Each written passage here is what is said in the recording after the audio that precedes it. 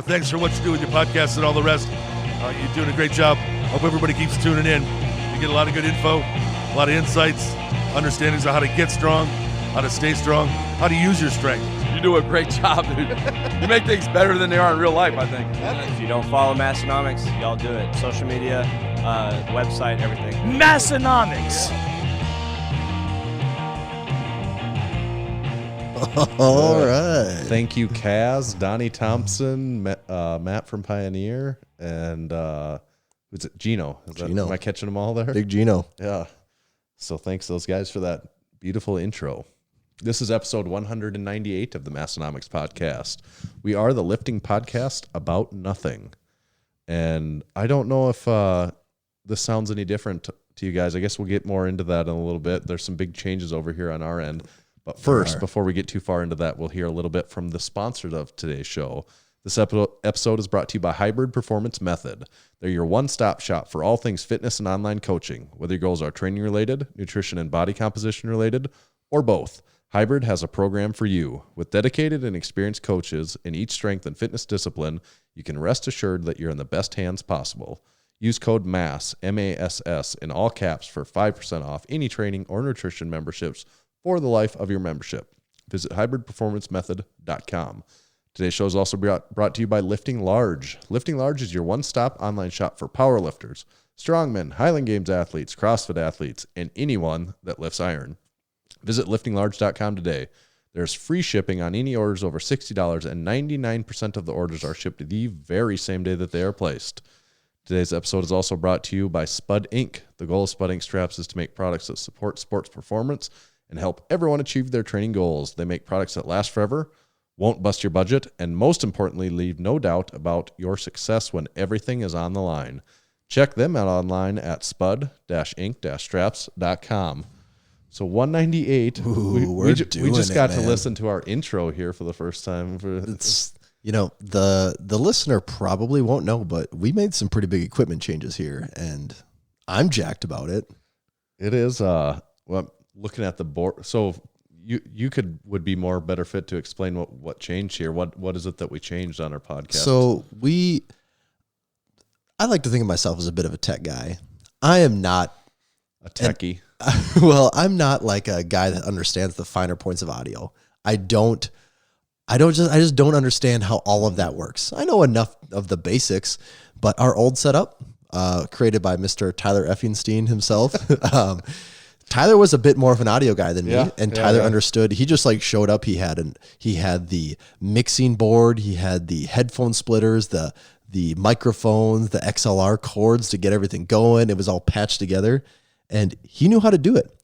I didn't know how to do any of that. So when we took it over from him, we literally took a picture of the board and we're like, all right, we'll just copy what Tyler did, and then we're good to go.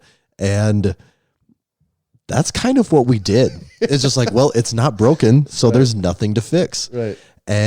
But we like you said, we actually took a picture on our phone to have it, and okay, we can see where all the cables we had this mixing board with 4 different channels. It had all these extra things, just stuff we didn't understand in general, and we just it produced, I think, fine enough audio. Outside of one episode. Yeah, except for the time we made an obvious mistake. I don't think anyone really complained about our audio.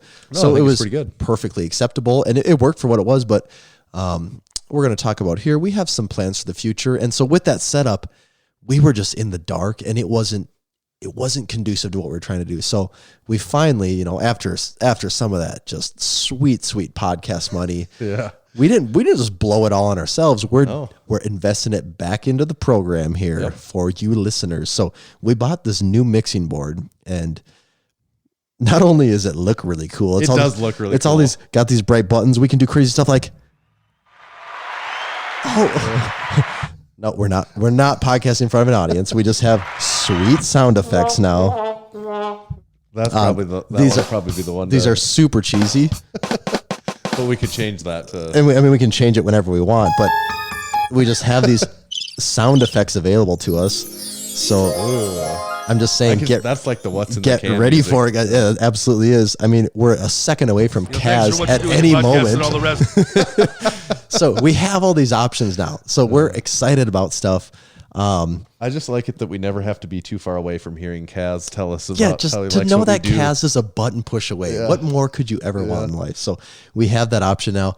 And Tanner and I, we've discussed this. You know, we got big plans for the year. We've said that multiple times. Yeah. This is one piece of the puzzle. This is one piece of the puzzle. We'll say, what's this, episode 198? This is 198. 2 episodes. You'll find out how that puzzle piece fits together. Okay, how many times do you think we've said that we have something big planned for like something we don't have anything planned? Yeah, so we should put a disclaimer on this one. We always say we have something big planned. We actually do have something big planned for this one. Especially in the scheme of the Massenomics podcast. Like I actually like to think of it this way. Season 1 was episodes 0 through 100. Yeah. Season 2 was episodes 101 through 199. Season 3 is going to be crazy, man. Season 3 is going to be good. Our So season are like a year and a half long. You know, they consist of about it's just a 100 modest episodes. 100 episode season, like like a lot of respectable shows do. Yeah, and there's no reason we couldn't technically talk about what we're going to do, but we're not going to just Because we love surprises. We just want this teaser hanging out there for 2 weeks, but it really is going to change. It is, yes. There is going to be a hard line where it's like, okay, the Massenomics podcast change is different. Not like they're not doing the stuff we know and love, Yeah. but they're doing it in a different way now. So we're very, very excited about it. And we could actually do it even earlier, but we are just waiting because it has to go on episode 200. It 200 has to be. There is a line in the sand. which 200 is going to be is a big deal. And yes. So Most we're gonna ring it importantly, in, 200 is a So really big deal. So from 200 on, there's going to be some changes, in the majority of those episodes, but 200 especially is really going to be a special episode. We're pulling out some serious stops. I mean, in that how one, many so- podcasts have 200 Yeah, episodes? right. Why did this podcast get to 200 episodes? And with our plans, it's going to go well above 200 now. If you're listening to this like a few weeks into the future from right now, and like say you're one of those people that you listen to this, you just found the Massenomics podcast 6 months ago, and you're listening to this huge log, and you're on 198 right now. Let's say we're in year. It's like 2022 right now, and you just found out about us. I would back even in just time. stop this episode and go listen to 200. Screw it. Yeah. They've already made it sound like this next episode and a half isn't going to matter. So let's just move on. You know how it's almost a weekly thing that someone says, I just found your podcast. I'm on episode 102 or I'm on episode 64. Like that happens all the time that people say, I just found it. I'm up to episode XYZ, which is always so funny to think that it's like, That someone's actually one of the gym members. Yeah. I was telling you this, Tanner, told me that he just started listening to the podcast and he's like, you guys reference like a lot of stuff from old episodes. So I wasn't sure where to jump in. I'm like, man, that goes back like 100+ episodes. Like there's nowhere to jump in other than right now. Yeah, that's true. That is right. But so this thing is really cool looking. For me, you say you're not necessarily a audio expert. I'm not necessarily an expert on anything tech related whatsoever, but I can tell you this thing is a different animal than what we had before. It is a different What I animal. do know, that other thing I had Tommy was talking about how he didn't really know, wouldn't really know if things got out of whack, how to adjust it. I didn't even know what that thing was. It's laying on the floor over here. I did a quick count in my head. I counted about 56 knobs on Yes. it. Like that's not an exaggeration. There's roughly 56 knobs. I know what about 4 of them did. What the other 52 did, no idea. And we had all these extra other things that you had to plug into it. To be able multiple to- cords, multiple wires running everywhere. Now it's one beautiful board. This thing that we have now, which is Rode brand. Yeah. So in case anyone is yeah. wondering, and we do have the Rodecaster Pro made by Rode. Because there could be some other podcasters listening. Yeah, to yeah. this And actually, if too. you, this is the first recording. So if you are interested and you have the budget for it, the Rodecaster Pro. So far, we have amazing things to say about it. and I can say just the little bit of a tutorial that you've given me on this, I could set this up and I might not understand the finer points of doing some of the cooler stuff that you can even do with it, but I could set it up and record good podcast audio and be able to manage the files and stuff without more than 15 minutes of looking at it. That's basically what it is. Yeah. You are right. It's very straightforward. I saw a review that said this would be like if Apple made something. And I'm Yeah. like, that's exactly what it is. Yeah. It just kind of works. You Yeah. push the buttons and it does what you want it to. There's not all these super confusing menus. I mean, there's a few advanced things if you want to dig in, but you don't have to touch those if you don't want to. I really like that I can see this clock. And you have the clock. I've always had the clock on my Yeah. computer before. That was the other thing. We record directly into the computer. Yeah. Now we're recording directly to the board. So I always knew the clock. Tanner never knew. No. I had to keep the pace for us. Yeah. And say, Tanner, it's getting late. We got to keep going. But And now it's like, just thinking in my head now, it's like, geez, we've been recording for 10 minutes. God, I we've feel like we already haven't been even talking said about this anything. board for 10 minutes. Yeah. So, yeah, but we won't go on too much longer. But, guys, this is season 3 starting soon. Yeah, yes. Stay tuned. Stay tuned. Tanner, it's early on in the podcast, so I believe I just need a refreshment. So you know what that means? Nope, not that. What's in that can? All right. Actually, it's not a what's in that can. It's just it's a pamplemousse. It's not the okay. We're just Good. getting right to it. It's not the cricket chirp. What's in the can? No, it's not the cricket chirp. It's the real deal. What's in that can? Oh, we could have a sound effect where it's like some frat boys like chugging beers and cheersing and stuff like that. Yeah, the crowd's going wild. Yep. The supple pamplemousse. See, we can do things like that now. You know, you sell enough pairs of lift shorts, the world can be yours. Realistically, though, we have added sponsors in season 2 of the podcast, and you kind of said like we are, this piece of equipment costs some money. We're kind of trying to bump that into. See, we're It's an investment, man. We're reinvesting it back into the That's show. what we do. We invest. We invest so hard on this stuff. Buy low and sell high. Yeah, absolutely. This is actually kind of a weird podcast for us, Tanner, because one, it's on a Thursday. Yep, that is weird. Fun fact about me: I'm in a bowling league. Oh on yeah, Thursday you night, just came so from bowling. I was at my bowling league before this. You were just telling me you bowled your first ever perfect game. yeah, except I didn't. Be pretty cool if you did, though. It would be much cooler if I did, but I did not. I did drink a lot of beers at bowling. I think that's kind of like the unofficial rule. Work beers or bowling beers? They were bowling beers. Bowling beers just means beer. They were the real deal. Yeah. So I am a multi-sport athlete, I guess. Bowling beers means beer out of a white plastic cup.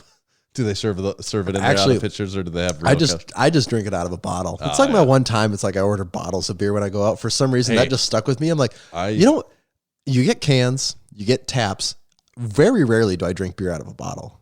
I like beer out of a bottle. It's better than I like it better than tap. It's weird. There's really some like level beer, of refreshment to a bottle, though. I would take beer out of a bottle any day of the week over the alternatives. But I know, but people say tap beer is the best beer, correct? I think if it's like fresh, yes, and the because setup that's the idea. is good, Because it's usually the freshest. Yeah, if it's like, but you can definitely go to places. I know firsthand. You've experienced this where you order something on tap that's probably just been on tap way too long. It's like the same can. This doesn't taste right at all. Right. And I was like, this doesn't taste like a Pamplemousse LaCroix. yeah. It tastes like pomegranate. Mm-hmm. the flavors, they're all cross-contaminated. It's all off, But so you did have some brewskis at bowling, but you didn't have enough aiming fluid that you didn't get I your didn't have perfect enough. game. Well, actually, this was also a very weird week for me. I had a meeting before, so I was actually my bowling league starts at 4:30 on a Thursday. Really? How does that work for everyone? Well, do you always start at 4:30? Funny thing, my league is almost all people over the age of 50, with the exception of there's now up to I think 4 Massenomics gym members at this league. The Massenomics. The Massenomics gym is actually infiltrating this bowling league. It's mostly retired people and now Massenomics gym members. And a funny story into this story. We just had a new member of the gym join the other day, and he was walking in while you were walking in, and fellow bowling league member. And you go, Tanner, what are you doing? Recruiting the bowling league guys now to come to the gym? Yeah, so the bowling league is well represented by Massenomics. Yes. But yeah, so it starts at 4, which is the worst time in the world. Actually, I shouldn't say that. It is the best time in the world for a bowling league to start. You get in, you get your 3 games, you get to drink, you get to chill, and I'm home by 7 o'clock, so you can just come home, relax, eat, go to bed early. It's a great way to wind down your week on a Thursday, Right. Yeah, that's good. It is crazy it starts at 4:30. that works for there's enough people that works for. Like I said, most people are right. Actually, most people are over the age of 60 even, right, so. yeah. Right. And we couldn't record last night. I had basketball practice. And you had basketball practice, Tanner. We just had too many sports in our lives. My Jays. Yeah. Mm-hmm. So we're on a Thursday night, and we're pretty late here too. It's actually very late for us. I have some recommendations though. I don't throw. I did kind of throw a recommendation out like a week or two ago with Uncut Gems. Yep. And I have heard from other people that is really good. They did enjoy it. Okay. Yeah. I have two recommendations. One of these I didn't hear about from like anyone, and I'm blown away that I didn't. One, it is, I think, pretty universally accepted. The first one, 1917, the movie, war movie. I really want to see that. Okay, get this. So Tanner and I, we live in a town, Aberdeen, South Dakota. Population 28,000, 25. Yeah, I always say, it's like 27. It's between 25. Yeah. I mean, when you count, there's some, we'll say the suburbs, but when you count the greater metropolis, there's probably close to 30,000 people within a 10-mile area. And also for those that listen to this that live a long ways away and don't understand, we're 300 miles away from anything bigger. Yeah, anything. Yep. And if you want to talk closer, the biggest cities to us would be like Sioux Falls, South Dakota, Fargo, Minneapolis. Yeah, that's where we're. So we're the biggest thing in the middle of nowhere. Right. Like really middle of nowhere. Right. So our city has an absolute dog shit movie theater, and that's not an exaggeration. That's not me being elitist. It's dog shit. Yeah. There's no reason a city of this size should have a theater that's this bad. Did you go to Watertown? God awful. So my wife and I, we had time on Sunday, nothing going on. She says, let's drive. There's a city 120 miles away that has a nice theater. Watertown. Yeah, and I know. She said, we've never talked about this before, but I know about the nice Watertown theater. I've never been there, but it's something people talk about. And we've heard people talk about it. I've never been to it. She goes, should we go to the Watertown theater? And I said, let's check what's there. I mean, it's an hour and a half. It takes an hour and a half to get there. It's 120 miles. It takes a long time to get there. We better know what we're going to see before we go. Yeah. And I said, okay. And we looked 1917 showing at a time that's good for us to go watch the movie, get back. So we said, all right, let's do this. So we hop in the car, we go. The weather was just by chance cooperating, not like it is right now when it's negative 40 below, or whatever it is. And we go to 1917. First of all, you go to a theater where there's customer service, the concessions are fresh and not shitty. Yeah. And already it's like, I'd never even been to a theater where you go and you pick your seat. Like you have to pick your seat. You can pick it ahead of time even. Yeah, you can pick it ahead of time. Yeah. My theater experience is so limited. I haven't gone to nice theaters, obviously. It's actually, then they're like, and they full on recline all the way. Yeah. And on top of that, the screen is enormous. And the sound is actually a legit sound system. And watching 1917, I'm not going to give away like spoilers, but in case you don't know, so it's a World War I movie. Yep. British soldiers. And the whole movie is shot to look like it's one continuous take, like it never cuts. So you're just following. So you, like the tension just keeps riding because you are in it with these guys. And it was really, really cool. It was a great experience. I do want to see that movie. Yeah. Really bad. So I would, if you like action movies or war movies of any kind, it is a hands down one you have to see. It was amazing. So I was blown away. I probably sound like the sheltered kid right now because I went to a theater way too far away to go see something. But sometimes that's what you got to do. Our theater's pretty terrible though. It's really bad. I went. My wife and I tried to go to a movie about a month ago, and we had to leave because they didn't realize the heat wasn't working. I walked into the theater and saw multiple people with hats, coats, and everything bundled up. And we sat down and my wife goes, nope. And while we walked out, we saw like 10 other couples walk out and they didn't even know their heat wasn't working. And we went again shortly after that and it wasn't a much better experience and it's super depressing. Is Mark Cuban the one that owns he doesn't own the mall that our theater's in, but what is the Aberdeen Theater? Oh, it's an AMC. Is that the company that, I think that might be what Mark Cuban owns. Oh, I don't know. I think so. I'm not sure. I wouldn't be surprised if he has some part of it. Yeah, I think he does. I don't know. We'll say that he does. Yeah. Well, if you work for AMC or you're connected to AMC, just know that your presence in Aberdeen, South Dakota sucks bad. Yeah. It's really bad. So that is the first recommendation I have. The second recommendation, Netflix. I've heard of Netflix. Streaming platform, amazing stuff. So it's better than cable? It's better than cable. The show, Don't Fuck with Cats. Have you seen or heard about this at all? I don't think so. All right. I saw this on there and the title, Don't Fuck. I will say right away, probably the worst title they could give a piece because it turned me off immediately. Because Right. I'm not a cat guy. I don't wish bad things on cats, but I don't care about cats. I'm like basically allergic to them. I don't have any feelings for cats. That's not my thing. So to see a documentary titled "Don't Fuck with Cats," and then it says like this guy broke the internet's #1 rule: don't fuck with cats. It's like, why does that have anything to do with me? It like has nothing.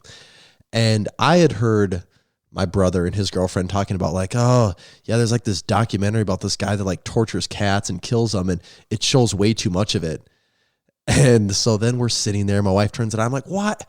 It's just a documentary about a guy that tortures cats. I don't want to see animals tortured. Like I want nothing to do with that. I struggle with that actually. And she goes, no, we'll just watch it. And of course it gets to it fairly quick of this guy torturing cats. And it probably showed maybe a little more than it doesn't show the whole thing, but it probably shows, enough for you to very understand what's going on. Yeah. But then it gets into, whoa, this is an insane, crazy story. And that's all I can say. It's a 3-episode thing. We talked about Evil Genius on this podcast way long ago. To me, this blows Evil Genius out of the water. As far as a story goes, it might even be crazier than like Making a Murderer. I was going to say, how does it compare to Making a Murderer? It is wild. And it's all based off of people on the internet, and you have like these Facebook sleuths trying to figure out what this guy is doing. And then this guy is like posting his crimes on like Facebook and like your live leaks and websites like that like will allow you to post things. Yeah. And it's a trip, man. I highly recommend it. It is a wild ride. I don't know. I really don't like the animal thing. It's tough for me to watch. Like, it's even more like I could watch a movie more that's doing it to people than yeah. And it starts. I'll just the first one. It starts with this guy that comes out like within minutes of the first episode. This guy releases a video of him vacuum sealing cats in a bag and killing them. It's like, okay, yes, that's bad. And they show like kind of too much of it. And it's like, but if you got to make it past that part so you can see more. No, it does. And then it only gets to the good only gets worse, but this guy it is just crazy the way it all ties together in the end. I give it a recommendation. All right. So get on that, people. All right. Recommendation I have is to check out the sale on Massenomics.com. Yes. I'm wearing two of the. Did you take advantage of the sale, Tanner? I walked away with one of the hoodies and a pair of joggers. 30% off, as a matter of fact. Yeah, so the sale is, if you're listening to this, we're recording this, by the time this comes out, you'll have Few days, three-ish days to take advantage of it. Run until the 24th. Okay, 24th of January. Code Stay Warm. Yep. And that saves you 30% on all Massenomics hoodies and the joggers. Yes. So everything that's kind of our fall wintry wear, 30% off. We've got our camo hoodie, our lift crew neck, and our bench heavy hoodie. And the joggers, like you said, those 4 items, all 30% off. 30% off of those items ends up being $12 off of each item too. Pretty significant savings. Something you can't afford to not do. But the catch, I guess, is we already have sold a shitload of all of them. The catch is your size probably isn't in stock. There are some sizes that have ran out. It's certainly worth checking that we still have a decent number of inventory of each one left, but it is of limited sizing. Yep. So if you can't get them, aware of that. Right. And we don't have actually, as a matter of fact, I would just say we're not reordering any of them anytime real soon. I think most of them are all things that would come back at some point in time. Yeah, but they might be in a different style. That like could it be might not, slightly if it's a different, hoodie now, it might be a crew neck the next time. Yes. It might be a zip. So these probably aren't going to exist in their current state. Right. Again, for quite a while. I'm wearing the camo Eagle hoodie. My wife has the bench heavy hoodie. Mm-hmm. I really like the bench heavy hoodie too. It's the bench heavy hoodie is very buyers seem to like the bench hoodie. Heavy hoodie too. And then if you're more into the crew neck, the lift would be the way to go. Mm-hmm. Now, I don't want to like give away our secrets and make us go broke, but I did see someone throw out the idea of, you could technically buy the joggers and cut them off and turn them into lift shorts and Be circumventing having to I even mean, buy not some having to lift pay shorts. lift Yeah. short pricing. Like, yes, that is an option. Yeah. I can't in good faith recommend that because I No. mean, that's taking money out of our pockets. But And if if you're you did adventurous, that would be possible. It would cut off a majority of the logo. Well, you that's could go on with the more of joggers. like an early 2000s super baggy style, you know, yeah. like that mid shin short, Right. you know, Well, where that's you really just have hot a right now, where you too. just have a few inches of ankle showing. Right. Yes. That's Probably not the best for squatting, but that could be your bench shorts, I guess. yeah. Oh yeah, for sure. So yeah, do that. Someone do that and send us a picture. I We guess. also, it's probably not even worth mentioning right now. We had some discounted items in our sale tab. You know, there's some hats and some new era hats that we were selling for $15. Those are probably gone. And there was a couple shirts that we were selling for about $11 or so. I would assume those are gone at this point too. Yes, but you could still check. Yeah.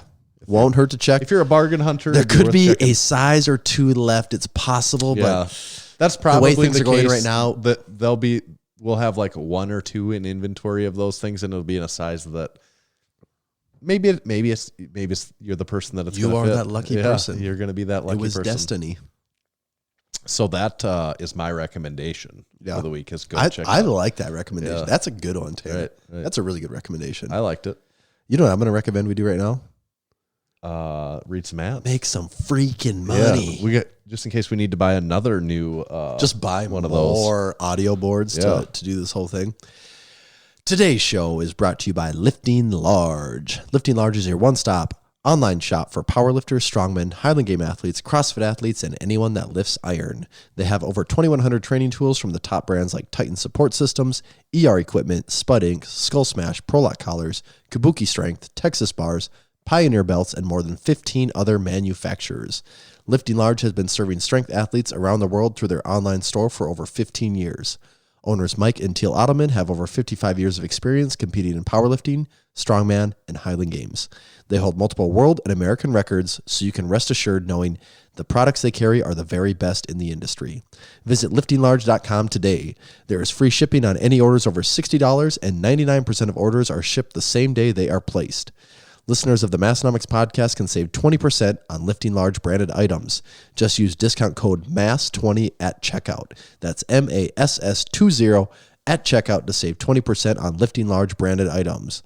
Place your orders at liftinglarge.com, and you can follow them on Instagram at liftinglarge.com. That's liftinglarge, DOTCOM. Thank you for that, Tanner. Thank you. I was worried about that pause there. This I didn't even know which button I. This was episode after, is but that also works. brought to you by Hybrid Performance Method.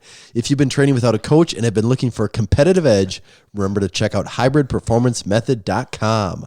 Hybrid has 15 different strength and fitness programs covering everything from powerlifting and strongman to gymnastics and general fitness, all included in one training membership.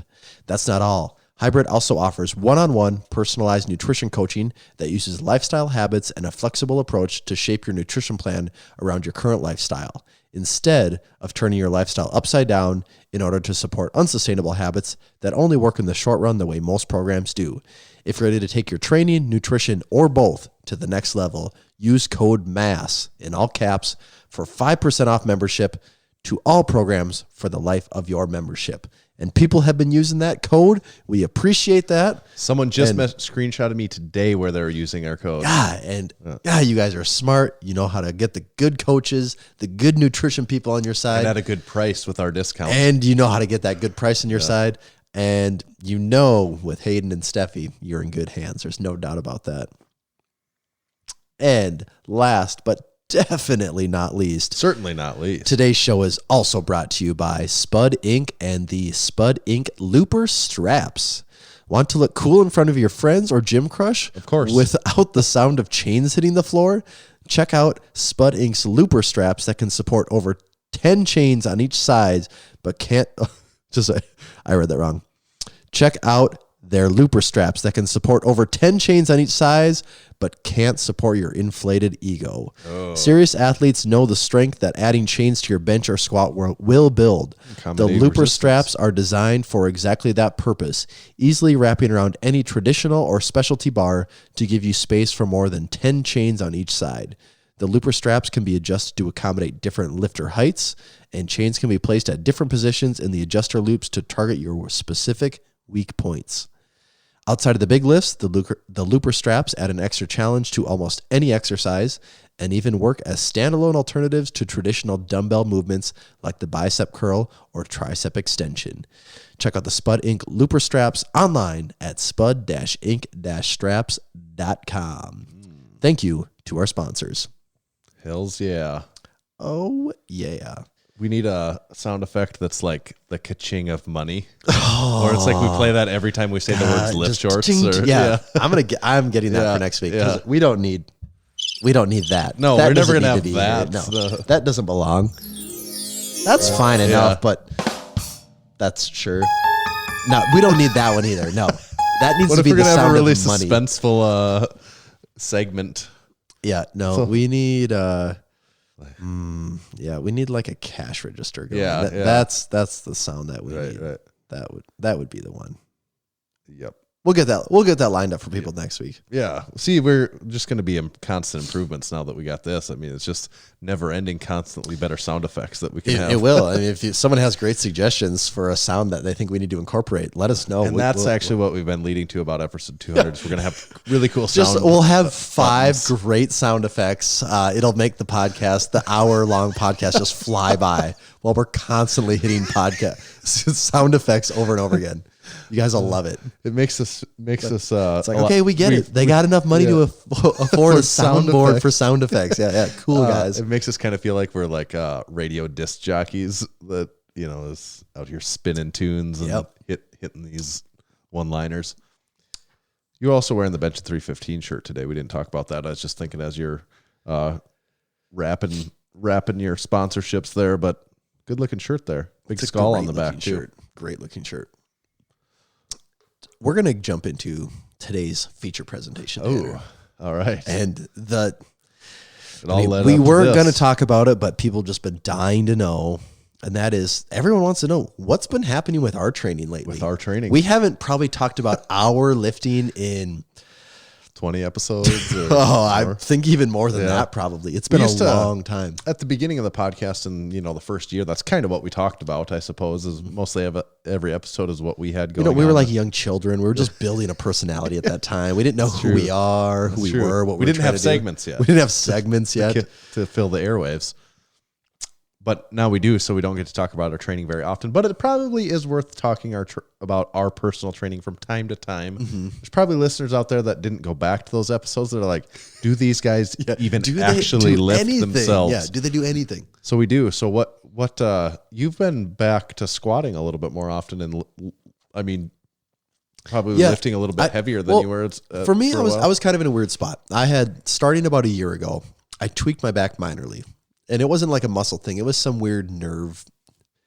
I don't want to like self-diagnose because I'm not a doctor, but Yeah. it was some nerve disc something. It was not muscle. It was very, in certain positions, it would pinch hard, be severe pain, like hurt to touch my toes, stuff like that. So very annoying.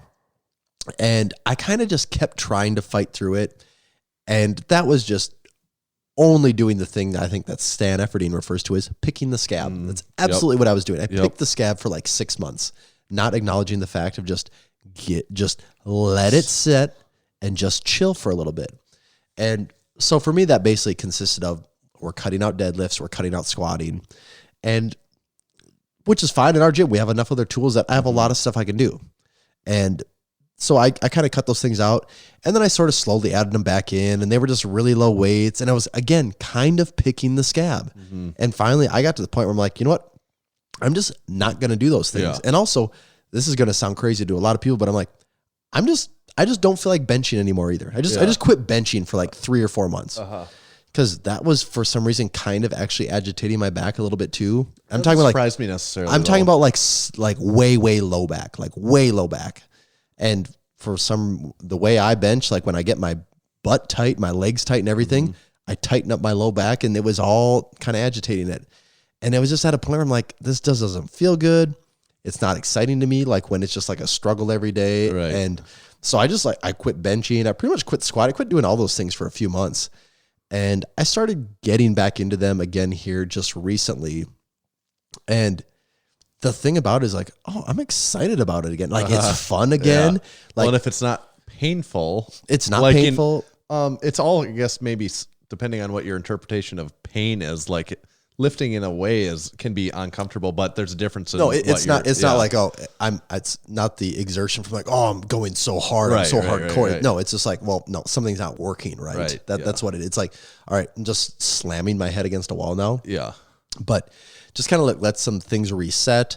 And now I'm kind of at the point where I'm like, I'm not even really that concerned about the weight right now. It's just like, all right, things are feeling good. I'm having fun training. Yep. I'm like picking up the pace a little bit too, where like a workout, the exact workout, the weights aren't the same, but a workout that would traditionally take me an hour and a half, maybe close to 2 hours, like I'm condensing that down from anywhere from 45 minutes to an hour. So it's a much more fast paced thing. Yep. It's more upbeat. At the end, I'm finishing out with a couple different versions of cardio on the assault bike. Yep. Or the echo bike, I should say. Yeah. And I've just had a lot more fun with that lately. And I think that's part of what it is too, like I think especially as people that power lift, you get stuck really in the 3 movements a lot. True. And I mean, I can go hard in consistency. We're going to reach 200 episodes in this podcast. I think that says a lot to being able to be consistent with something, but with never missing a week. So consistency for me isn't an issue, but it's just like, I'm doing this as a hobby. I'm doing this for fun. And if it's not fun, if this isn't fun, like what am I doing? Like I'm just, with the way things are, I'm not getting ready for a meet. I'm not going to be competing anytime soon. I'm not going to go into a meet with like, well, it was several 100 pounds under my last meet, but boy, did I have fun. Like that's not fun for me to just go and have a not good performance. So I'm where I'm at in the gym is just, I want to go in, have fun, feel healthy, feel good, and enjoy myself. Yep.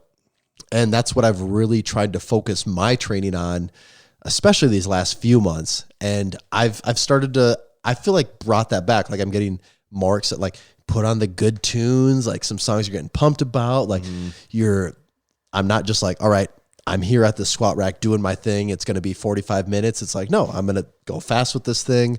And then once I get to more of my accessory type things, I might bounce between 3 or 4 different exercises and almost turn it into kind of a circuit. And you don't necessarily feel like you have to do something where you're I have to do this. Yeah, and I can, if I don't feel like doing curls on a straight bar, I can do curls with the fat bells or curls with the dumbbells or whatever. If I don't feel like doing, I don't know, leg curls, I can go do the reverse hyper or something. Like just kind of whatever sort of sounds fun that day. And as long as I'm getting a workout in, feel like I'm getting a little bit of a pump. And that's where I'm at with my training right now. And I'm enjoying myself and I'm having fun. And you brought up a point too. It's nice that our gym is what it is now versus what it was when it very first started, because you really couldn't, like our gym was so small and we had such little amount of equipment. There was only so much you could do in there, outside of squatting, benching, and deadlifting and a few other things. It's kind of limited, but we have grown to a point now where you've got a lot of options. Yes, that does make it totally possible. Like the Echo bike was not a thing until very recently. Right. Outside of like dumbbells and something in a power rack, we didn't have a lot of options for that outside of a year or 2 ago. Right. And that's growing all the time. So that is the other thing too. It's like we have all these other tools, and why not use them and have a little fun with them? Like it doesn't have to be so much about, well, my workout's different now because I changed up my rep and set scheme, and that's it. Right. No, like there's actually different things going on, and well, especially like you said, you're not planning on doing a powerlifting. And I don't have any, like, and I don't have a meet on the horizon anytime soon. So it's just about going in the gym, having fun, and just feeling good, I guess. Like food doesn't have to be my top priority of, I'm, as far as weight goes, I'm down 30 pounds from probably a year and a half ago. And that's totally fine. Like there's no reason for me to want to walk around that heavy. I'm not naturally a person that wants to be heavy, like 230. For me, heavy is like 230. That's just never been natural for my body. Like when I started this whole lifting thing, I was like 165. Right. So over the course of lifting, I managed to gain like from my lightest 70 pounds. Like I understand what it takes to get bigger. I understand that concept. And there's no doubt about it. If you want to get strong, just eat more. It's like, you almost don't even need to lift more. You just eat more. You're going to get stronger. Like as dumb as that sounds, like that's almost the secret. Oh yeah. I don't know many people that have added like considerable strength and not also gained weight during that time. Right.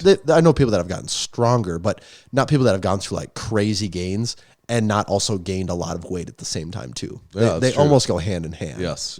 It kind of seems like, well, that's all there is to it. It's not all there is to it, but that's a big part of the puzzle Yeah, for sure. Definitely. Especially when you're talking not using drugs while doing it. Oh, yeah, Like, yeah. I And mean, I'm talking, I think a lot of times that's even going to make you heavier still anyways, but like there's probably ways, certain ones to use where to not gain weight. And, or creatine too. I mean, let's that's be what honest. I meant by drugs. Yeah. Yes.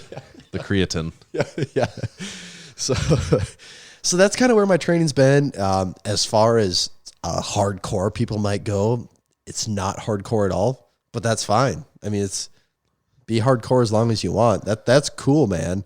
But Donnie Thompson talks about it a lot, and I'm nowhere near Donnie Thompson territory. But he says, with this whole lifting thing, have an exit plan, because once you're done with it, it will take everything from you. And you gotta save something for yourself, because it will ride you into the ground. And guess what? Next year, someone else will take your world record, and you can say, I guess I had a world record at one point, or I don't know. Are you a has-been then? Like what's, you got to have an exit plan. And with Donnie, his exit plan was all of these great inventions and longevity and love for training. Like that's what I get out of his posts. Yep. And not that I'm saying I have to have it. I'm 30. I'm almost 30. I'll be 31 in like a month. And not that I I'm thought you were old. going to say you're almost 30. I was like, you're not, I'm pretty sure you're 30. Yeah, no, I'm almost 31. I'm 30 now, but not that I'm saying I'm old and I have to be watching out for myself. But I remember when I was still just almost 31.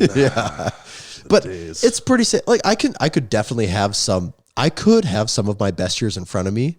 That is possible. Yep. But that window is shrinking for sure, without a doubt. Right. Yes. And I'm totally fine. I understand that. I understand that my place in the lifting world is not being a world record breaker or a top 5 competitor on a national level. Like that's not who I am. Yep. My point is to maybe be the guy that comments on this podcast and maybe helps produce some content or apparel that people in the lifting world can get behind and find entertaining. That's where I fit into it. Yep. And I think too many people, the obvious easy answer is, well, I fit into the lifting world because I'm the biggest, baddest lifter. Well, you're not, because there's only a few people that actually fit that. Yes. And if you are now, you're not going to be a year from few now, years, 5 years from now. Like that's not going to be the case. So figuring out where you fit in the puzzle is part of it. And also that's looking at way too much of it. I'm thinking at like how I have an impact. We have Massenomics, that's how I have an impact. You don't even have to have an impact. It just find something you enjoy doing. Yep. That would be the key, I think, is if you're having fun doing it, then you're probably doing the right thing. Yeah. And that was a really long-winded way of saying where I'm at in training right now, Tanner. What about you? You have actually more exciting stuff going on in training than me. Well, way I don't more know if exciting it's, stuff. It's relatively speaking, it's probably still not all that exciting, but I think it's more exciting compared to me. Yeah. So I had my torn ACL.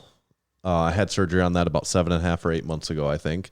So basically everything I've been doing and still doing today is the road to recovery from that. Hashtag road recovery, baby. And it's just, it's going well. It's, the recovery is going really well. Like I'm making progress almost all the time, but it's really, really slow. But you are making progress. Yeah, So, like, I'm making progress all the time. I Things see are going like you have posts. You are making progress without a doubt. Things are going really well. It's weird. I never know how to explain what my knee feels like, but it still does not feel normal. I'm excited for the day. It is still different, actually. Definitely. Like even just sitting here, I can feel it. And part of it still is they took the graft from my hamstring. Like they actually cut out part of that. I guess it's the hamstring tendon or whatever. And for people that, because this does go back quite a ways, you tore your ACL in a strongman competition. In a strongman competition doing a yoke run. I think it was 700, either 700 or 725. I'll say 725 because it sounds better, but I'm not actually sure what the answer is to that. Keep talking to them for a second. They won't know the difference. And I tore that on a 700-pound yoke run, and I just took a funny step, and my knee buckled in on me, and I wasn't sure at the time how serious it was, but it was a torn ACL, and that was probably about 8.5 months ago. Took me about a month to have surgery, so I think I'm getting close to about 8 months post surgery. And on my ACL surgery, they grafted my new ACL out of my hamstring, and that's what I'm saying now is that it's my knee in part, but it's also my kind of weak hamstring that's still something that I'm having to work on quite a bit. And So was it different legs that they took him out of, or was no, it the it's my same leg. So what leg is it? My right knee. So your whole right leg is like has had stuff. Yeah, like a lot of trauma, like is what it actually is. Like Yeah. all around, it's a lot of trauma, and it's like it seems like 8 months is a long ass time. Like that, it should just seem. It does seem like a long time, but also like you're talking about like you said, a lot of trauma. Yeah, it is like a lot of trauma, and that's kind of what I even said to the doctor. I was like, man, what like this, and this seems pretty brutal that it takes this long and stuff. But that was his point, is just a significant amount of trauma, and the ACL surgery is like that. I'll pause there. There is a guy in the gym that also just had ACL surgery. This was actually his third one. Yeah, that was... So he tore one twice, and like he is recovering so much faster than I was, though. But he's also like 21, and I'm just about 33. So there's a difference in age. Not that I'm like, just like you're talking, not that I'm like old balls, but he's like 12 years younger than I am, and that plays a part in it. But he is recovering so much faster. He's at a point like a month out. That But was his just like scoped, or was it? No, like, he did he do the exact same thing you did? He did not do his graft from the hamstring. I'm not sure where he did this graft from. He's done it a couple different locations because he's done 3 of them, but his graft was not a hamstring graft on this one. I can't remember what, something in like the patella. I don't know. I would just be making stuff up if I said any more than that. But to get to my actual training, what I'm kind of doing though is I started off squatting basically as soon as I could safely, and when the doctor and my PT, I kind of went at the time when I was doing recovery with the physical therapist. I would go 3 times a week, and I was really following closely what they were having me do and talking to them about what I was doing in the gym, and we were realistic. Like it wasn't this relationship where they're like, no, you can't be lifting those weights in the gym. Like they knew what I like to do and what I want to do and what the goals were, and working towards those. So I was working with them, and I don't go to physical therapy anymore. I haven't for several months now, but I started squatting as soon as they thought it was a fair timeline, and as soon as I thought that I could. And I started with the bar and not to depth, because I really, my knee couldn't take the range of motion yet. And I still even struggle a little bit now with the range of motion on my squat. My deadlifts feel really good by now. Like, do you feel anything different in I the do. hamstring? Not that much. But the heaviest deadlift what I've been doing for sets and reps kind of on deadlift is deadlifts. I was doing 5 sets of 10, and I used that to start with very light weights on deadlifts. When I started those, I started with 135, and I went up 10 pounds a week for 5 sets of 10. And now you're at 1,000 pounds. Well, the heaviest I went up to was 440 pounds, and that was by going up. Yeah, So that's a long. It is. And by doing 5 sets of 10, it just kept limiting me from doing more, even if I felt like doing more, because 5 sets of 10 sucks. Yeah, it a lot of sucks. volume. Yes, it does. And I was also doing a double overhand grip as much as I could, which was also another thing I was doing. To limit myself from doing more. Putting more weight on my knee than I should, and B, it was giving me something else fun to do just that I haven't another done thing before. to push. It's like it's something like a gives PR me something you to could do. kind of Right? actually Yeah, chase. you're right. Without having to stress my knee as much, it gave me something to chase. So I kind of used those 2 things to give myself something to be excited about, even when my training was all in all not that exciting. Just doing 5 sets of 10 every week with maybe like 5 more pounds.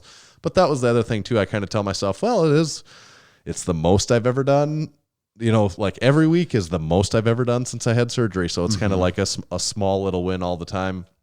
My squats, I did the same thing where I was just doing 5 sets of 10 all the time. I went up to 300, 5 sets of 10, and kind of stopped there. And now I've gone to sets of 8 on those 2. And I went through like a kind of a 4-week cycle. I'm kind of just doing 4-week cycles right now.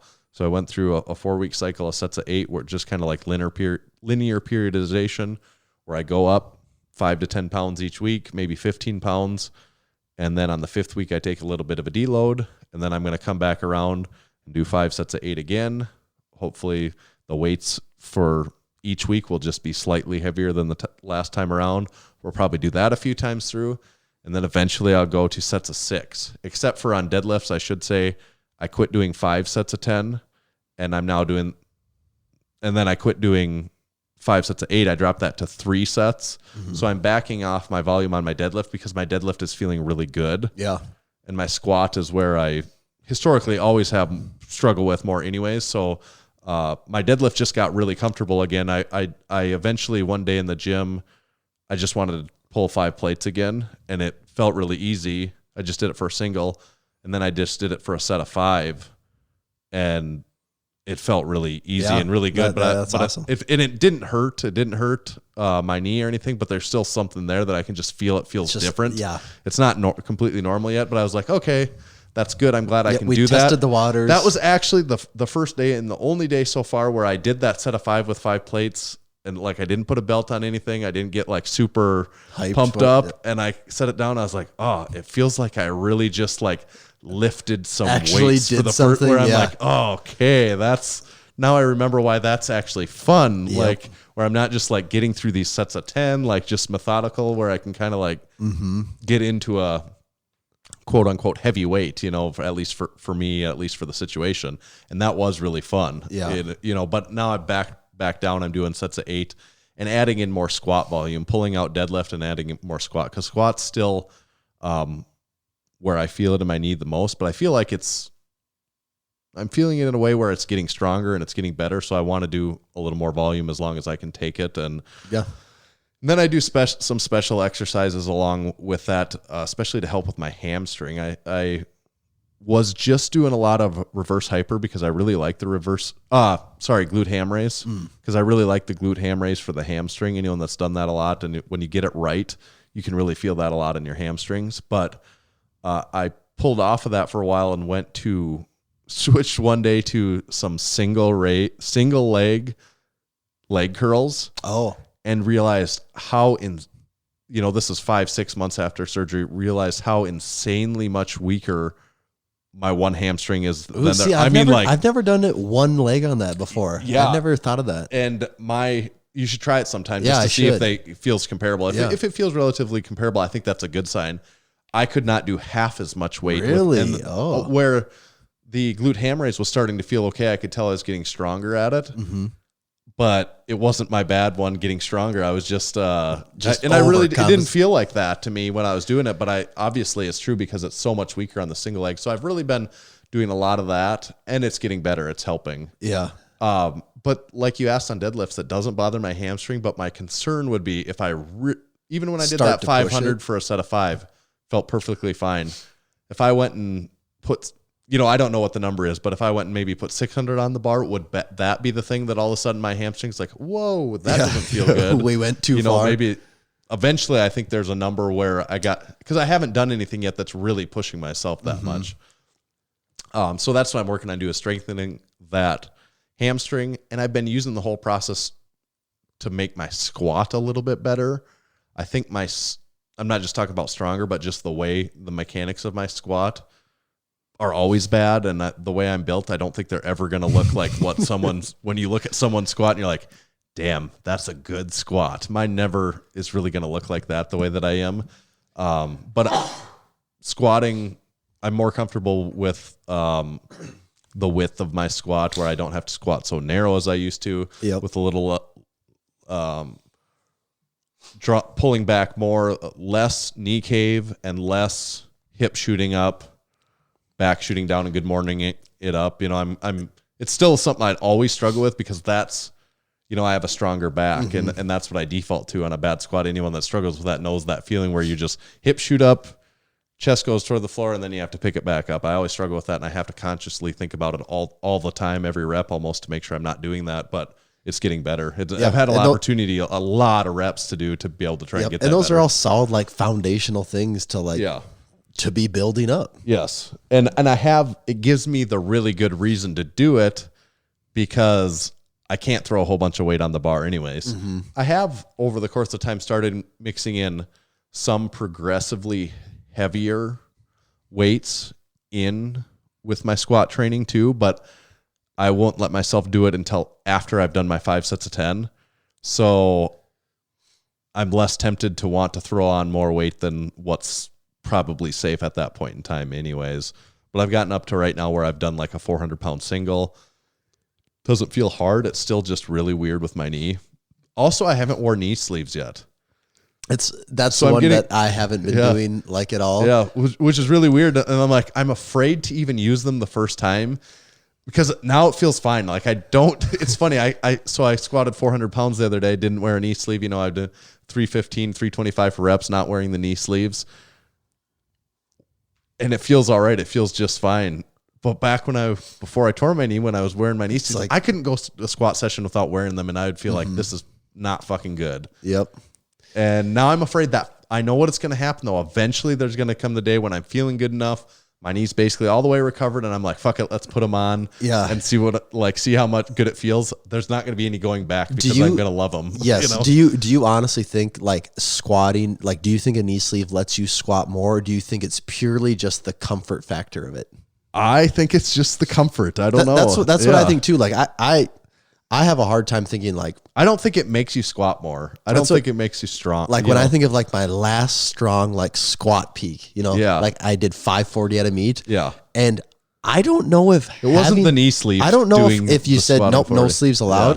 Yeah. I don't think that would have had an impact on that squat. No. And even like my heaviest sets going into that, I don't think that would have changed it. If it would have had an impact, it would have been like a mental thing that carried over to it's just the been squat. like, well, something's different now. You changed the rules on me. That's I think that's what the impact would have been. Right. But I don't think it actually really would have affected performance. But that's where I'm at. Like I haven't been wearing sleeves, and it's just like I don't even think of it as an option. Like when you said that, I'm like, oh yeah, I do have a set of knee sleeves at the gym that I haven't put on in a very, very long time. I haven't brought mine. I took mine home with me when I had them at my strongman competition and never brought them back to the gym, and I have not brought them back because I can't allow myself to put them on yet. I think I put mine on once like 3 months ago, maybe. It was several months ago, and it just, I haven't touched them again since then. But yeah, it's one of those things where I definitely know there is that, everyone knows there is that added level of comfort, but outside of that, once you're actually doing the work, I don't know if it really changes anything. Right. I don't think it does. I think it's so tied into the mental side of it. You know, I don't know. They should probably do some studies on that. Maybe there's something I think people believe with the warmth of the knee and the slight compression that, you know, some people believe that does do something, but it's got to be pretty minimal. I mean, I think we're dealing with, let's see, of 500 pounds, 1% would be 5 pounds. 1% might be generous. I'd say maybe around there is maybe right. Maybe a 1%. Yeah, I guess I'd buy that. Maybe. Yeah. Maybe. But at that point, there's so many other factors that could go into a single rep that are that's affecting that 5 pounds. Almost a countless number. So I've done 395. The next time I do a single and I'm feeling good, I'm going to do 405 for the first time. So that was my first thing for 2020 that I kind of want to do, is squat 4 plates again for the first time. And I would like, throughout the year here, get to where I'm close to squatting 500 again, but probably doing it without putting on knee sleeves. And like, that's kind of my thing for the whole year, is get to the point where I could, you know, probably squat about 500 again without getting super wild and crazy and, you know, just like, all right, going to work here. Right. Like, this is just what we do. And I think it's pretty reasonable. And that's even without going super crazy in training or anything like that. I think I can get there. And my deadlift will just, if I'm getting stronger on my squat, my knees feeling better, don't have to necessarily push my deadlift that hard that often. It just goes along with it. Yes. Squatting is where I have to focus anyways. And that's where I feel the same too. It's like, if I can build the squat, I just know everything else is at the bare minimum getting a little bit stronger, maybe even a lot stronger. Yes, exactly. And benching, since I've no reason to like push my bench excessively when I can only do this in the other lifts anyways. And it's even just tucking my knee has been a process to get my body to feel even on bench. So I've kind of been doing the same thing, sets of 10, sets of 8, that sort of thing. Yeah. Just a different training sensation anyways. Like mentally it's which I think kind is of a good. break. I mean, like, how many years on end can and should someone just be doing like sets of 3, 5 sets of 5, 3 sets of 5, like 4 sets of 3. Which I have done that stuff for a pretty long time on broken. Like, how long? There's nothing wrong with it, but what's wrong with actually changing it up and just doing different exercises, doing different reps, all that stuff. So I've really liked doing sets of 10, sets of 8, gave me my squat. I always hate my squat, and it gave me a good opportunity to work on some of those things that I otherwise wouldn't have worked on as hard without, when I had no other option. Yep. So that's kind of our training in a nutshell. Yeah, we are just. So we do still lift is We probably do the most still important lift. takeaway. Yeah, that's actually the only takeaway. We do still lift. Yes. Maybe not it's definitely not the most exciting numbers we've ever done, but we're still going to the gym. We should, we keep our phones pretty close and stuff while we're recording. We should have a sound effect for every time an order comes in. At the cash register again, right? Not that one. But there's just an order that comes. Yeah, there you go. There you We're go. making money. Yeah. So that way, there you go, the cash register. Yeah. So the cash register will really be for everything we do. But Yeah. We'll get that one going. Yeah. We'll get that queued up for the next one. So what are we going to talk about our lifting again in about 6 more months? Or I something think, like that? it's January 2020. Yeah. June, July, we'll do our semi-annual check-in. Wrong one. But just an order just came in again. Oh, another So I one. was like- Wow. 2 within seconds. I do want to do my goal longer term is I do want to do a powerlifting meet again someday, probably. No, it's going to be a long time, I do too. probably, but it's probably a couple of years out for me Yeah. right now, just with the way things are going. But I do. Yeah. I do want to do another one. and if Nothing pushes your numbers like getting ready it's for fun. me. And it's fun. And it is fun, yes. And I kind of want to shoot for a time when maybe there'll be other people doing it and stuff too. I mean, it's of course going to be other people doing it, but I want to do it when other people from the gym are Yes, getting that is involved the other in big it one too. too, is having people to do it with. Tanner, I'm going to leave you hanging again for a Okay. second. Well, that's all right. We'll take this opportunity to read through some of our sponsors again for this episode. This episode is brought to you by Hybrid Performance Method. They're your one-stop shop for all things fitness and online coaching. Whether your goals are training related, nutrition, body composition related, or both, Hybrid has a program for you. With dedicated and experienced coaches in each strength and fitness discipline, you can rest assured that you're in the best hands possible. Use our discount code MASS in all caps for 5% off any training or nutrition membership for the life of your membership. Visit hybridperformancemethod.com. Today's show was also brought to you by Lifting Large. Lifting Large is your one-stop online shop for powerlifters, strongmen, Highland Games athletes, CrossFit athletes, and anyone that lifts iron. Visit liftinglarge.com today. There's free shipping on any orders over $60, and 99% of the orders are shipped the same day that they are placed. Today's episode is also brought to you by Spud Inc. The goal of Spud Inc. straps is to make products that support sports performance and help everyone achieve their training goals. They make products that last forever, won't bust your budget, and most importantly, leave no doubt about success when everything is on the line. Check them out online at spud-inc-straps.com. Thank you to our sponsors. I threw up a curveball. We read them a little earlier. It was a little early. But I was just thinking on the fly there. Yeah, that I could I get like that up. that. I like that. What about underrated, overrated? Should we do a little? Before we get going, I have to tell you something. I had a work meeting today, Oh, and in this meeting, the client used the word druthers, and I had to just try didn't. to keep my wits about me. They used the word druthers. did they do it facetiously? Oh, they were just talking. If you had your druthers, talking to someone else in the room, and yes. I was like, oh, you don't know what you just did there, man. Like druthers, Yes. amazing. Which, if you don't know, druthers is a pretty key part of it's the a- rules of it's a- underrated, overrated. It's a foundational principle of underrated, overrated Yes. is that you do have your You do- druthers. Tommy has his druthers when he answers these questions. So we are ready for overrated, underrated. I think we're though, ready. now that you have your druthers back intact. Topic number 1: overrated or underrated? Magic. Magic the Gathering, the card game. No, just Magic. Magic in general. Well,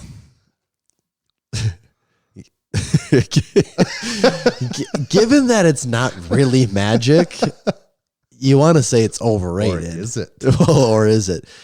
But also, I don't know. Okay, can you name 3 magicians, Tanner? 3 magicians. Oh, David Copperfield. Is that a Okay, magician? that is one, yes. Harry Houdini. Is he a magician? Or an escape artist. Uh, I don't think he was I don't think so. I'm magician. stretching. Yeah. How about David Blaine? There you go, David Blaine. So we have two Davids. Can we name a third magician? Were the guys with tigers magicians? Siegfried and Roy. Yeah. I don't think they were. Okay. Were they? They Penn just and had Teller. Penn and Teller magicians. Okay. There's a guy on Netflix that has a magic for humans. I saw that on. I haven't watched it. I did see that pop up. Me and my son have watched that a little bit. I mean, That guy? There's the there's the entertainment factor of it. Carrot Top. It's I'm just naming people that have yeah. I was shows. gonna say, he's in probably Vegas. more of a comedian Yeah. than a magician. What about Gallagher? No, he's definitely not a magician. Yep. You're getting a comedian. Getting Big farther brother. away. Yeah. Getting colder. Yeah, he made watermelons disappear. He did have that ability. I don't know. I want to say it's kind of overrated because a lot of times it's the good people are entertaining without a doubt. But there's the fact that we can only think of a few good people, I think proves that like there's a lot of really, really bad people, I think, or just people that aren't noteworthy in any way. I think I'm going to say magic is overrated. Overrated. Not the card game though. Not the card That might game. be for a separate that day. could be a whole different one. Yeah. Okay. Overrated or underrated? Ben Stiller. Feeding off of last week's overrated, underrated. I think, all right, Ben Stiller, what is his most recent thing? Does he have anything recent? Nobody knows that. Dodgeball, was that his last one? Probably. I think Ben Stiller is actually kind of underrated. Now, especially when people, I think there's a lot of a generation growing up that probably doesn't even really know who he is. It's probably been 10. Has it been 10 years since he's been like a good?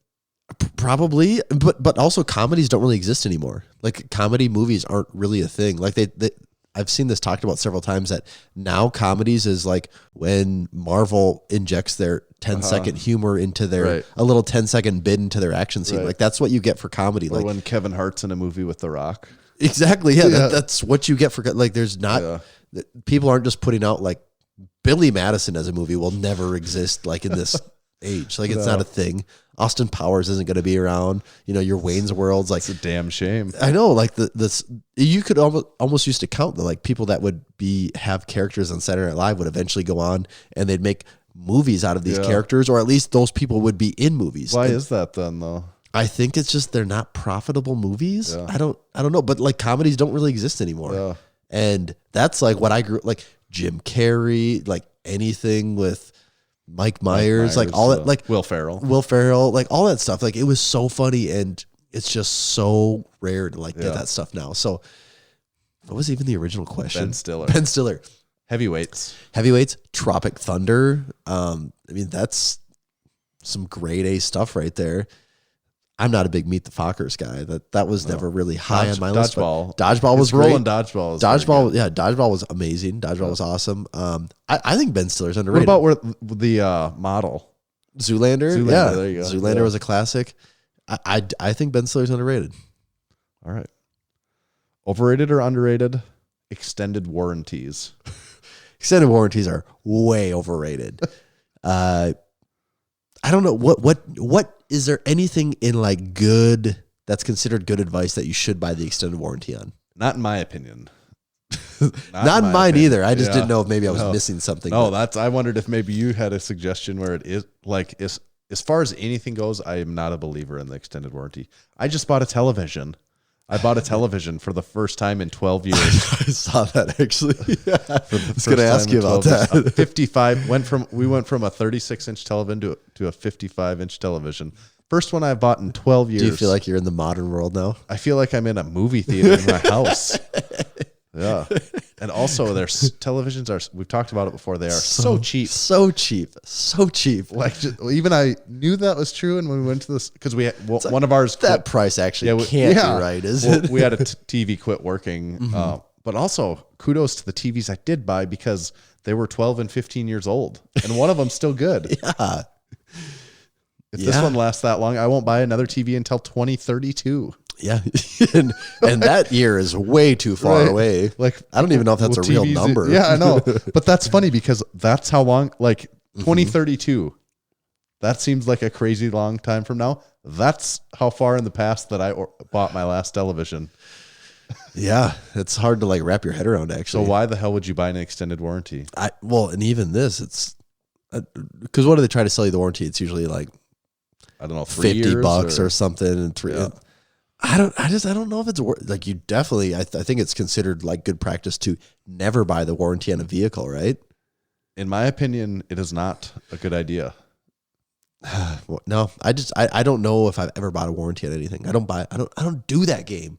I live on the wild side over Yes, here. I'm without yes. warranties. But that's when you don't spend all the money on warranties, when maybe you don't spend as much on some insurances, and you, instead of spending that money, you save that money over enough years, and just with the law of averages, you are able to be self-insured or self-warranted because of all the money you've saved. When something does eventually break or go bad, if there is a problem, all the money that you've saved over that period of time, you just buy it. Say perfect. I rolled all my money over into TVs. Now I just need to get that out of there. Yeah. I'm liquid. It's just in TVs. I just need to liquidate my TVs, and then I'll have all my money back that I saved not buying warranties. After we bought a TV, me and my wife were talking on the way home, like people robbing houses and stealing TVs shouldn't even be like, that wouldn't even be worth stealing. It's not a profitable Why business. would you even steal that 60-inch television? Like, it'd be like, it's a used TV that's, new it was cost $400, New was 400, used it's maybe 200. Man, I just can't do this deal. Right. Overrated or underrated? Last topic for this week: tiger meat. Tiger meat. All right, Not everyone listening probably knows what we're talking about. This is a regional delicacy to South Dakota. Tiger meat, not actually tigers. It's made out of lions. So the extreme irony of it all. It's the other big cat. No, tiger meat is actually raw hamburger. It's raw hamburger that's been seasoned with a variety. I think it's actually like ground sirloin, isn't it? Yeah. It's a finer cut than just hamburger. Yeah, we can't that's disgrace right. it, but it's like a ground sirloin that is raw, seasoned. I think there's usually there's some peppers and onions. Yeah, like peppers and stuff in it, onions, too. like diced into it, and you buy it at the deli at the grocery pound. store. It's wrapped up like you would buy a pound of hamburger. The guy behind the deli counter wraps it up just like you're buying a pound of fresh hamburger. Yeah. It's cold, not frozen. Puts it in the paper. It's cold. Slaps it on the counter. You take it. You buy it. You go home. You get crackers. Yeah, and usually a saltine cracker. Yep, a saltine cracker, and you eat the tiger meat with your saltine cracker, and that is the delicacy. And it is tiger good meat. or bad? What do you say? I think it's fine. Oh, I love tiger meat. I could definitely eat a lot of. I mean, you're not supposed to eat like a lot of it. Well, it's also not something you should. It's not like every night I go home and I'm like, need a. It's usually at like occasions. Yeah. It's like there's an event going on and someone slaps down a pound of tiger meat. And for like, he's the guy that brought the tiger meat. Yeah. Just given the fact that I think most people don't even know what it is. I don't even know if that is actually a thing or if that's just to this area like that. We'll have to hear some listener feedback. Yeah, we'll have to hear on if anyone else has ever eaten tiger meat or if that exists anywhere else. Because like here's the other big one. This part of the country is chislic. Yeah. And that is a thing, but chislic is fried steak cubes. Right. And that Very exists. good, too. That exists. A lot of places have steak cubes, but no place calls them chislic. I don't know if there's really a whole lot of a difference besides, I guess chislic is fried. Yeah, it is fried. Right. Steak cubes don't have to be fried, but tiger meat's underrated. More people should be about that. I do like some good tiger meat too. Yeah, it's good stuff. It is good. But like I said, it's good for a few times. It's a treat. Yes, It's not something you make like, oh, I'm gonna get my 2 pounds of tiger meat for the week. No, it's supper time. Don't do that. That's not how that's. Some people do get hung up on the eating the raw meat. Yeah, raw, cooked, whatever. Who cares? Yeah. So that wraps up overrated, underrated, bringing us to the close of episode 198.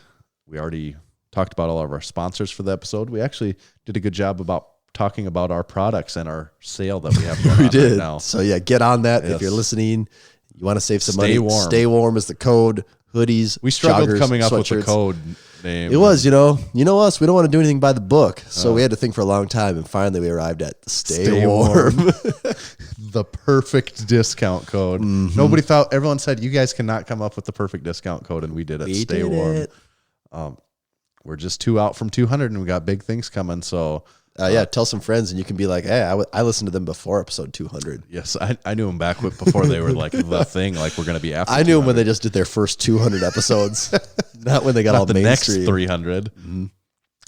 You can listen to us on Apple Podcast and everywhere that you listen to podcasts. Give us a review on Apple Podcast. 5 stars on there would be great, and we'll read it on the air if you do that for us, as long as we can read it. You can subscribe to us on YouTube and hit the bell so you get the notification when we publish the new episode each week, and you can be in the race for first comment.